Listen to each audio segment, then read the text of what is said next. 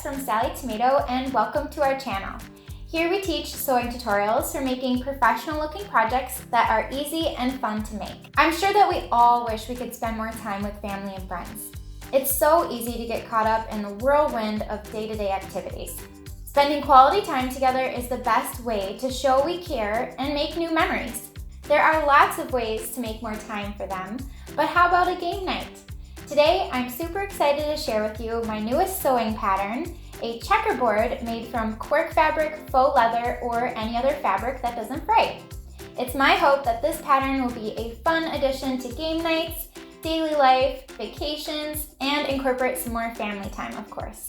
Roll out this soft game board while traveling, at parties, restaurants, at home. Bring it out camping, to the beach, road trips, the airport, picnics, holiday gatherings, or save it for a rainy day. The name of this strategic pattern was inspired by a suspenseful thriller film, Suspicion. If you didn't know, I'm a fan of classic movies, so all the patterns that I design are named after classic movies. So before we begin, be sure to purchase the pattern. You can find the pattern and all the supplies to make this project on our website, sallytomato.com, or you can request them at your local quilt shop. The supplies you need are listed on the back of the pattern, including a helpful list of notions. I'm sure you're eager to get started on this fun project. I encourage you to pause the video as the steps progress so that way you can sew along with me. So I've already gathered my fabrics and other materials. So for this project, you'll need 3 different fabrics. If you're a member of our Cork of the Month Club, you could certainly use some of the fabrics that you've received in club, since you'll need a 1/3 yard for the main, a 1/4 yard for the contrast fabric A, and a 1/3 yard for contrast fabric B. So for your main fabric, this will be the board front, or the top part of the board. It'll also be used for the straps that will roll up your checkerboard and keep it closed. For contrast fabric A, you'll cut out some tile pieces, the game pieces front, and the game pieces back, and also border pieces. And for the contrast fabric B, that'll be used for the back of the board and the other game pieces front and back for the second player. So it could be really fun to use cork fabric prints and other colors to make a really funky looking board. You can pick fun colors that you like. I just chose the classic checker colors. You'll also need a few pieces of hardware, including 3/4 inch magnetic snaps. You'll need 2 of them. So this is what a magnetic snap looks like. It has 2 sides to it. I'm just gonna separate it here. There's a piece of plastic in between the magnetic snap, so that way it protects the hardware from being scratched. So we'll take that off at the very end so it doesn't get scratched by our machine or any of our notions. And here's the second one, so you'll need 2 of those. And the magnetic snaps come with some washers. So there's 2 washers per snap, so you'll need 4 washers. And those will come with your hardware. If you'd like, you can add a handmade label. This is just a fun touch and adds a personalized element. There are different metal labels available in different colors and different fonts, so you can choose one that suits you. So this is a script font. It says handmade. It has the prongs on the back, and it'll come with a washer to be installed. So I'll show you and explain how to do that optional hardware. Then you'll also need a zipper. So this zipper is a nylon coil, and it's safe to cut and sew through. So this comes on a roll, so you can cut whatever length of zipper that you need. For this project, we need a 7-inch zipper, and the coil size is number 3. So that's the width measurement of the coil of the zipper. You could also use a number 5 zipper. It's up to you. So this is just a small project, so I'm using a finer zipper. You could certainly use a more decorative, larger size zipper as well. And we sell these in 5 different coil colors, and I matched the antique to the handmade label. The snaps I just used for my stash, so we're gonna have some mixed hardware for this project, but that's okay to use some hardware that you have on hand and mix and match. set all of these pieces aside except for your main fabric board top piece. And set the tiles aside and the back. So you're going to measure in from the left side edge according to the pattern. I know that this is opposite to you, but to me this is the left edge. And you're going to mark a vertical line using chalk or a removable pen. Then from there, you're going to measure and mark 8 more vertical lines spaced according to the pattern. I recommend to take this piece over to your cutting mat and use a ruler and the lines on the cutting mat to do your measurements and markings. If you just use a ruler, the thickness of the chalk will cause your spacing to grow. If you always measure from that thickness of the chalk, it won't be accurate. So by the time you get to the other side, this final line may be shifted. So that's why it's super helpful to lay this on top of the cutting mat and to use those lines on the cutting mat to do your measurements. So I marked mine with a gray chalk that's removable. So hopefully you can see that. Then we're going to arrange our tile pieces. So you're going to space these according to the pattern within each of the sections, and between the sections you're going to stagger the tiles. So if you're familiar with checkers, then laying out these tiles will come kind of naturally to you and you'll get a hang of the pattern really quickly. So there's quite a few of these. I'm just going to space them out quickly so you get the final look that we're going for. Okay, perfect. Now we have to temporarily secure them down to prepare for stitching. So one option is to use a basting tape. This is a double-sided sticky tape. There's paper on one side, so you can position it on the back of one tile. Take a scissors, and I just put it on the piece diagonally. You could certainly go around the edges. I recommend to not go along the very raw edge because that'll add extra thickness when we're top stitching this down. So just a small piece to help secure it in place and to hold it in place. Another option is to use a temporary adhesive spray. So you can simply spray this on the wrong side of a tile and then position it in place and stick it down. This way is a really quick way. However, I recommend to spray this in a ventilated area. You don't want to get any adhesive on your machine or your notions or hardware. So I'm going to go and take this to a more open area and spray down all my tile pieces to prepare them for stitching. So now I have all of my pieces sprayed down in place, and we're going to top stitch each of the tiles down with an 1/8 inch seam allowance along all the edges. So I have a narrow foot attached to my machine. I'm just going to follow the edge of the foot with my edge of the fabric. You could also use a Teflon foot. If you're finding that the fabric sticks to your foot, that'll help it glide smoothly over the fabric. Or you could also use a zipper foot for an even top stitch, whatever works for you. So I'm just going to line this up and start stitching.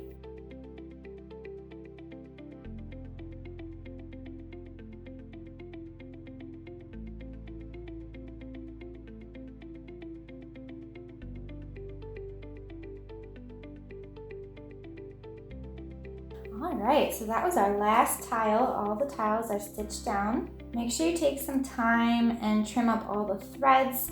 You want to keep everything nice and tidy as we go along. Here's what your board should look like so far.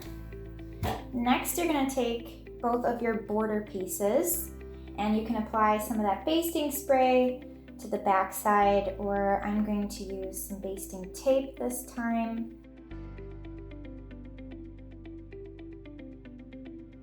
Then you're going to position one border piece along the outer edge of the furthest marked lines towards the outside. That way it frames your board really nicely. And then you're going to top stitch all 4 edges of each border piece with an 1/8 inch seam allowance.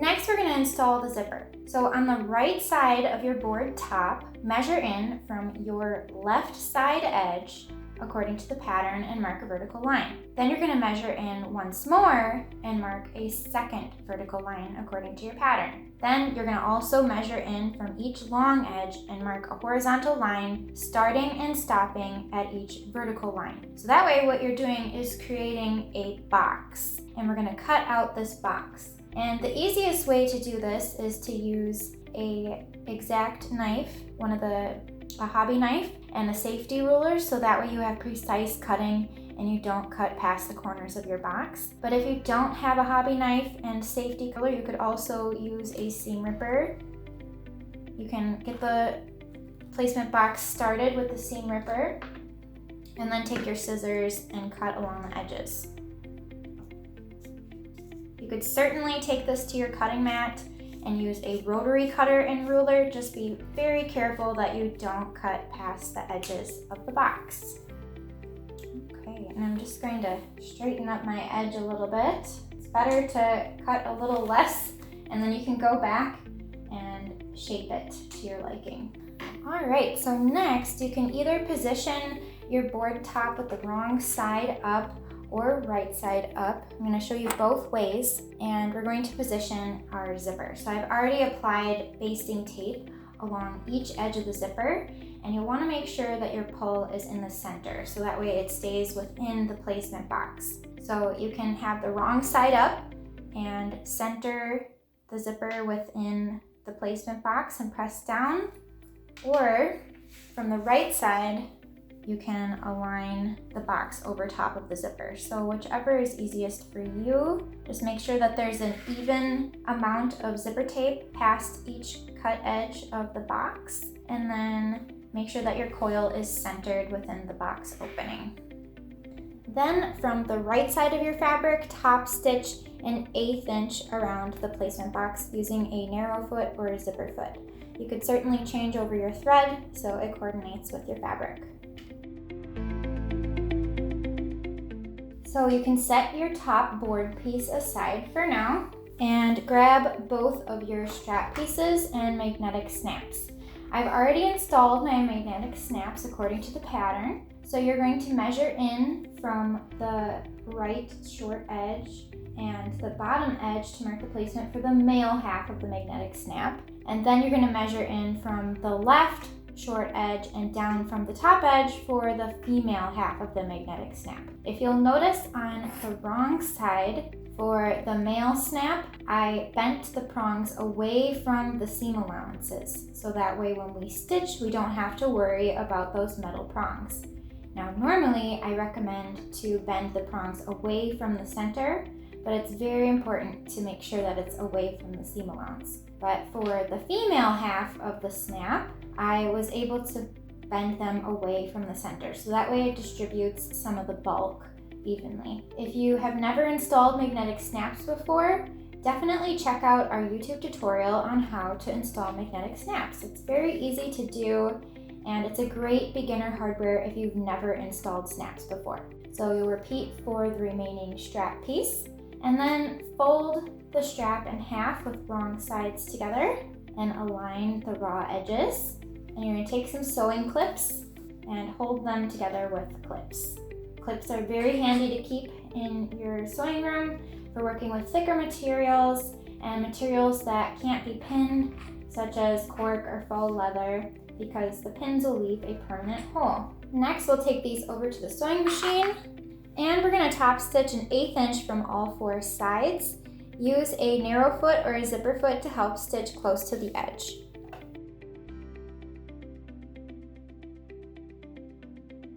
And you can trim away these excess threads. Here's what it should look like so far. Then you can top stitch the remaining strap.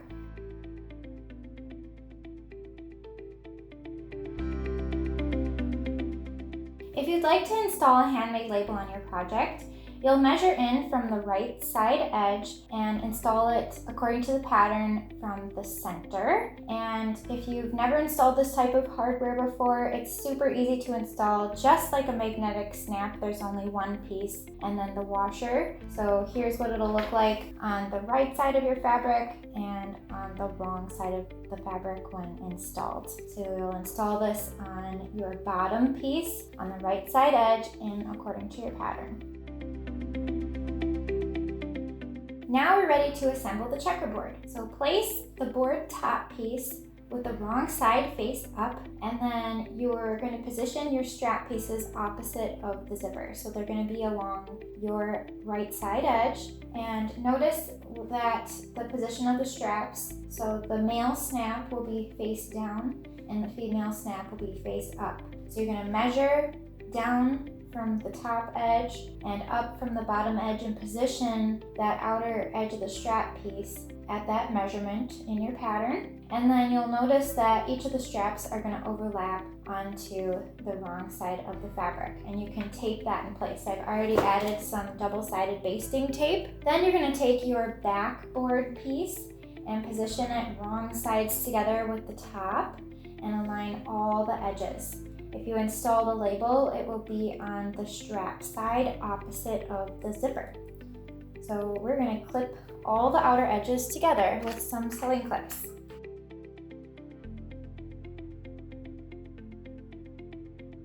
So I'm going to flip this over and just double check that everything is flat and aligned from the right side, the top side of the board.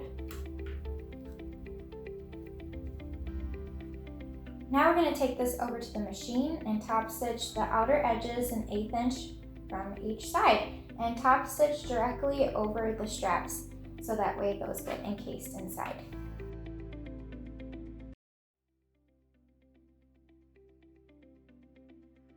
After you've finished top stitching around the outer edges, you're going to top stitch a vertical line between the second and third columns of tiles. And you're going to do that in from the left edge and then also in from the right side edge. So this will help secure the top board piece to the bottom board piece and then also create the stopping point for our zipper pocket so our game board pieces don't slide all around the inside of the game board.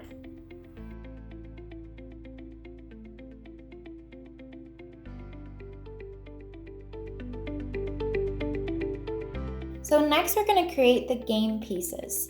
I've already applied basting spray to the wrong side of each piece D, which is the front game piece from the pattern piece in the pattern, but you could certainly apply basting tape to the wrong side as well.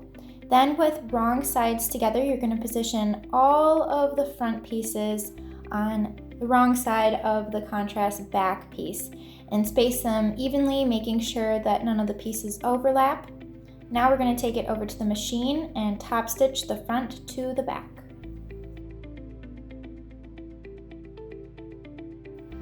So now that all the pieces are top stitched, you're going to cut along the outer edge of each piece D, and these will create our game pieces. So that way you didn't have to cut out 2 circle pattern pieces. It's a lot easier and faster to just stitch them to the back side and cut evenly with the edges. So you'll continue to cut these pieces out and then you'll repeat for your other contrast fabric to make the other game pieces.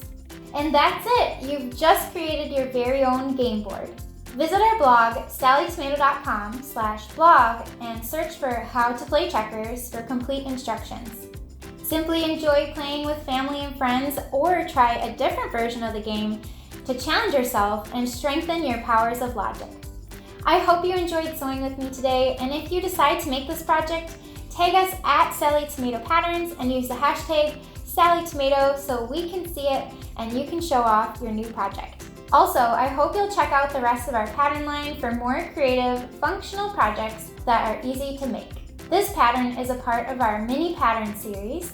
You may like to join our monthly mini pattern club, where you receive a new mini pattern to your mailbox or inbox every month for only $5. These projects make quick and easy designs and are designed for beginner skill levels. If you liked this video, give it a thumbs up and comment and subscribe to our channel.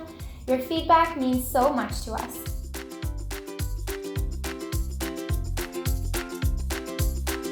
Thank you for watching,